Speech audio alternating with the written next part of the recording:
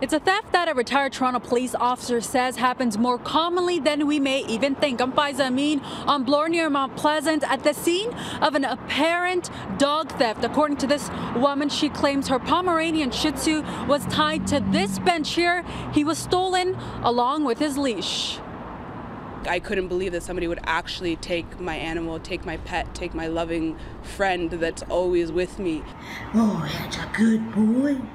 It was a routine day for Stephanie Cooper and her sister when they went to grab a quick meal at the McDonald's in their neighborhood near Bloor and Mount Pleasant. Hey, Kobe.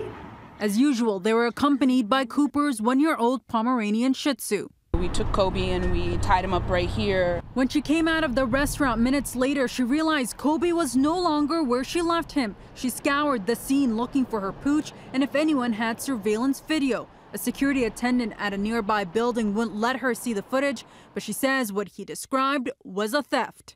As mentioned by the security personnel, the person that had taken my dog walked right out as we were walking in, then made the move to go and sit beside him and pet him and coax him and then just untie him. Usually in a case like that, again in the city, it's a case of crime of opportunity.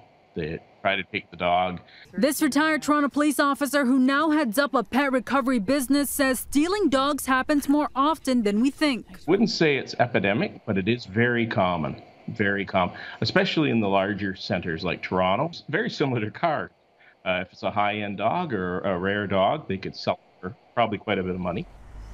Toronto police weren't able to provide us with how many dogs are stolen annually in the city, telling CityNews an access to information request must be made. Toronto Animal Services doesn't keep track of that data. It's hard to put a number on it because the reporting is kind of sporadic. Even if possible, you might be able to get it through some type of public inquiry, but I very much doubt it. In some cases, dog thefts aren't reported. McCormick, an officer of 30 years, says sometimes there's no evidence indicating that a pet was stolen in the first place, so it's assumed that it's missing. Toronto police do investigate dog thefts, and Cooper did file a report.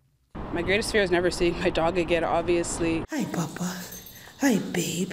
Now the Toronto woman has taken to social media advocating for the safe return of her pet. We walked through these doors right here. She's also sharing her story as a cautionary tale to other dog owners. Unfortunately, our dogs are just not safe. Even running a quick errand is just not safe, even in your own neighborhood where you feel like you're comfortable enough with the people that you see on a daily basis. Now, this story was sent to us from a CityNews viewer. If you see news in the making or have a story you'd like us to look into, here are all the ways you can get in touch with us.